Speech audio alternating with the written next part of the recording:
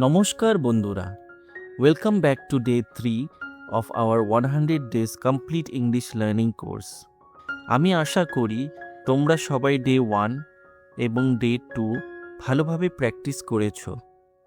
যদি এখনও প্র্যাকটিস না করে থাকো তাহলে আজকের ক্লাস শেষ হওয়ার পর অবশ্যই আগের লেসনগুলো আবার একবার দেখে নিও, কারণ ইংরেজি শেখার সবচেয়ে বড় সিক্রেট হলো প্র্যাকটিস, প্র্যাকটিস অ্যান্ড প্র্যাকটিস।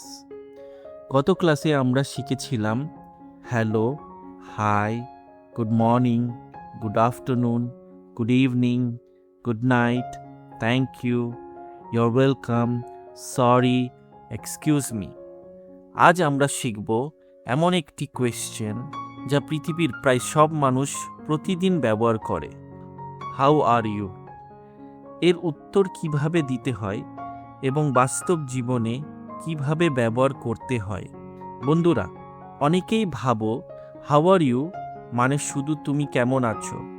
হ্যাঁ, সেটাই অর্থ, কিন্তু বাস্তবে এটি শুধু শরীরের খবর নেয়ার জন্য নয়, এটি একটি গ্রিটিংয়ের অংশ। অনেক সময় মানুষ শুধু ভদ্রতার জন্যও বলে হাউ আর ইউ, তাই উত্তরটাও সহজভাবে দিতে হয়। Repeat after me, how are you, how are you, how are you. এখন প্রশ্ন হলো, কেউ যদি বলে হাউ আর ইউ, তুমি কি বলবে? আনসার 1, আই অ্যাম ফাইন, বাংলায় আমি ভালো আছি। আনসার 2, আই এম ফাইন, এটি শর্ট ফর্ম। আই অ্যামকে আই এম বলা যায়, দুটোই ঠিক। Answer 3, I am very well, আমি খুব ভালো আছি। আনসার 4, আই অ্যাম গ্রেট, আমি দারুণ আছি। আনসার 5, আই অ্যাম গুড, আমি ভালো আছি। ইংরেজিতে শুধু আই এম ফাইন বলে থেমে যাওয়াই খুব স্বাভাবিক নয়। সাধারণত বলা হয় I am fine, thank you. Repeat করো, I am fine, thank you. আরও ভদ্রভাবে I am fine, thank you and you, অর্থ আমি ভালো আছি, ধন্যবাদ, আপনি কেমন আছেন? কেউ যখন তোমার খবর নিল, তুমিও তার খবর নেবে, বলবে অ্যান্ড ইউ অথবা হাউ অ্যাবাউট ইউ, দুটোই খুব কমন। রিপিট করো, I am fine, thank you and you, I am fine, thank you, how about you. চলো একটি বাস্তব কনভারসেশন দেখি। Hello, hello, how are you? I am fine, thank you and you? I am fine too, thank you. That's nice.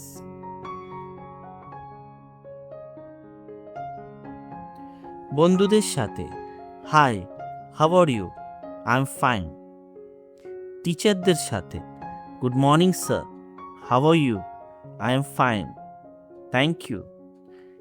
নেবারদের সাথে, good evening, how are you, I am very well, thank you. শপকিপারদের সাথে, hello, how are you, I am good, thank you. দেখছো, একই question, শুধু situation বদলাচ্ছে।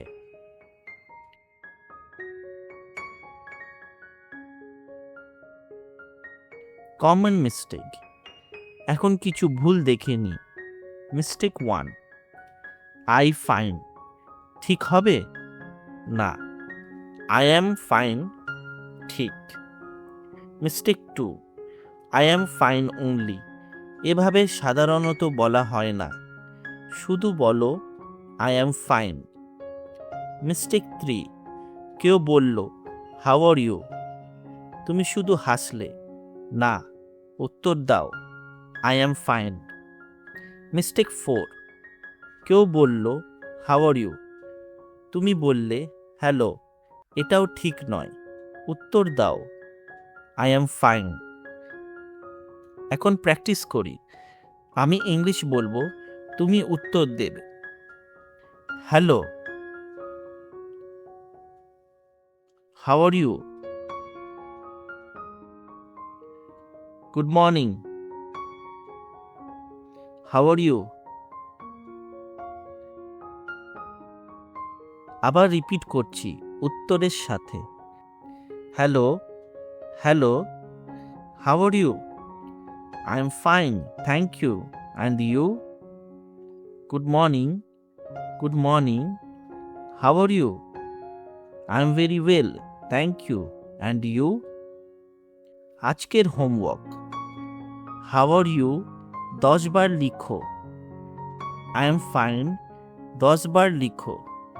I am fine, thank you 10 বার লিখো। And you 10 বার লিখো।